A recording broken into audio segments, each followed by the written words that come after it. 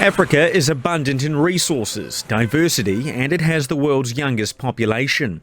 It's those riches that make it inviting for outside influence as competition escalates among global powers.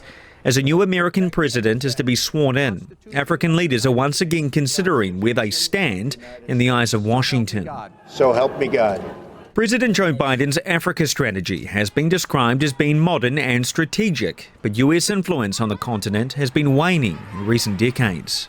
Dr. Olajumoke Ayandele from New York University says America has been willing to offer assistance to nations when it's needed, but some African leaders feel it can come with strings attached.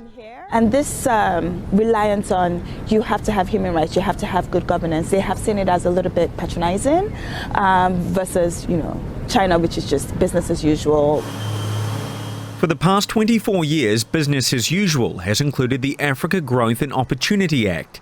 AGOA provides sub-Saharan African countries with duty-free access to the US market, and last year US imports under AGOA totaled $9.7 billion US dollars.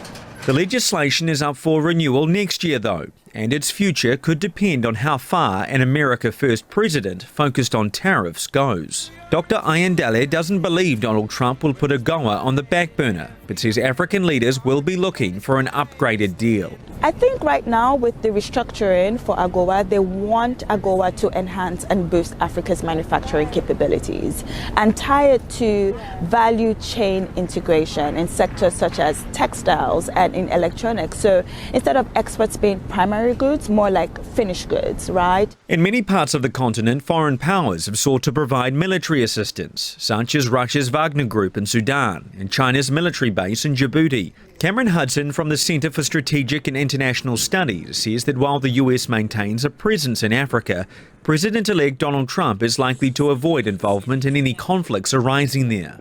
I think that there's a very good likelihood that the Trump administration could say, if Mali, if Burkina Faso want to work with Russia and drag Russia into a quagmire in those countries, well then, let them do that. Experts we've spoken to say it's still unclear how Donald Trump will approach relationships in Africa once he takes office.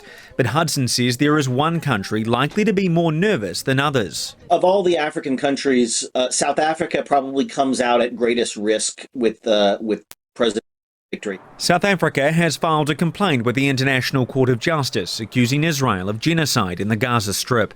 Trump's Republican Party is a staunch defender of Israel, and the support is likely to be voiced loudly at the United Nations. I think that South Africa is going to be a principal target of U.S. concern at the UN, not just bilaterally. The new administration will take office at a time of great volatility as world powers vie for influence, including in Africa, through trade, aid and security. Africa's leaders will now be waiting to see if Donald Trump will help uplift their people and economies, or if his foreign policy will be more focused on other areas. Mitch McCann, SABC News, New York.